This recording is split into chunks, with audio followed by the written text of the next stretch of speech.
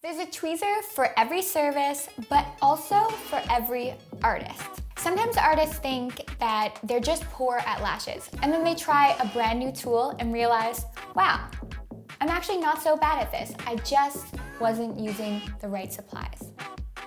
So today I'm going to teach you all about different tweezer options to help make it easier when you are ready to purchase a new tool.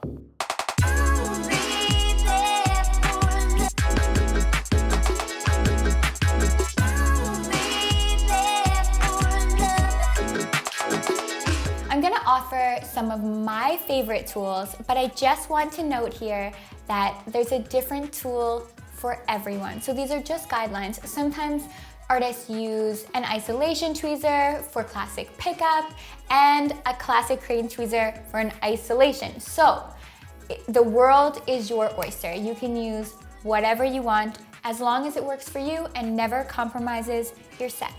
The main differences you'll find between tweezers are a few things. First off, the weight of the tweezer. Secondly, the coating of the tweezer. Some will be acetone or preempt safe, and others will not. So what you'll do here is just dip the tip. Usually the tip has some kind of coating that will be acetone or preempt safe, but you're always gonna wanna check the description or the directions from your distributor. We have a whole other video on this, I won't go into it, but if you wanna see it, it's called Cleansing and Sterilizing, so you should definitely give that a watch as well. But also the curvature on the tweezers are completely different. So different curvatures give that perfect angle for either pickup or isolation. This is where it gets really specific from one artist to the next. Commonly, we use the same isolation tweezer for every single service. So no matter if we're doing classic lashes, hybrid, volume, mega, we're going to still isolate the lashes the same. So whatever your preferred isolation tweezer is, I strongly suggest that you get one, but also get extras. So in case you drop your tweezer or it just goes off kilter in some way, that you have backups, because there will come a time when you will drop it or ruin it during a service and you need another one on hand. Here at LASH Artistry, we have tons of options to choose from when you're choosing isolation. We have straight isolation, curved isolation, and sunset isolation. You'll see in each of these visuals that they have a different curvature at the top. I suggest trying different ones to see which one best suits you. If you're really struggling, maybe it is time to try something new. That doesn't mean that you have to invest in all of the tweezers at once. Just if you're finding that you're struggling, try a new option, because it may actually be your saving grace. Next, let's talk about our classic lash pickup. Commonly, we use our crane tweezer for this. I personally love our Ultra crane tweezer for when I'm picking up classic lashes.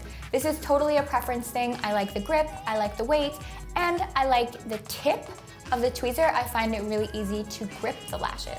But also the curvature isn't quite as extreme as our other crane tweezers, so it gives me more room to work with when I'm laying the lash. So although I love this, we most commonly find that people who take our trainings prefer our gold member crane tweezer. Here's why. Because the crane tweezer itself is gold. So there's a really nice contrast between the natural lashes, the extensions, and the tweezer. It's really easy to see what's what. This can be super helpful in the beginning. Next, let's move into our volume tweezers.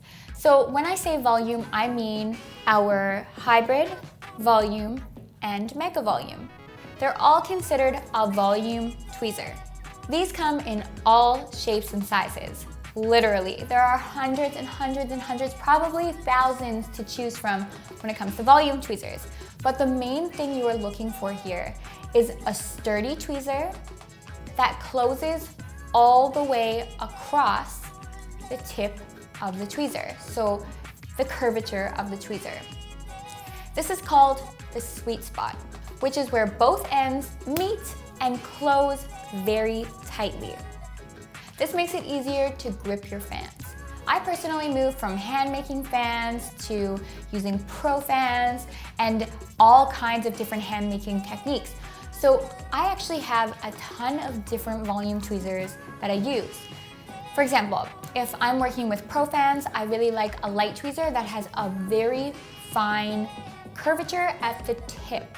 So for example, when I'm working with pro fans, I really like a skinny top to my tweezers. This gives me enough room to grip the base of the fan and pick up, and then lay without actually hitting on the tray or the iPad or anything like that. So that's just my preferred for pro volume.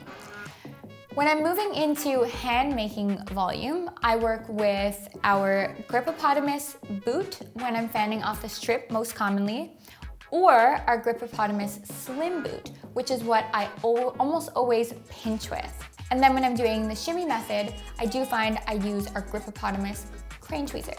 So this just goes to show that everyone has different tweezers for all kinds of things, and there really is no right or wrong, just choose something that works best for you. So I hope I didn't overwhelm you with all of these choices and options and suggestions. I'm just throwing some things out there to give you the knowledge that I've gained over the years of lashing.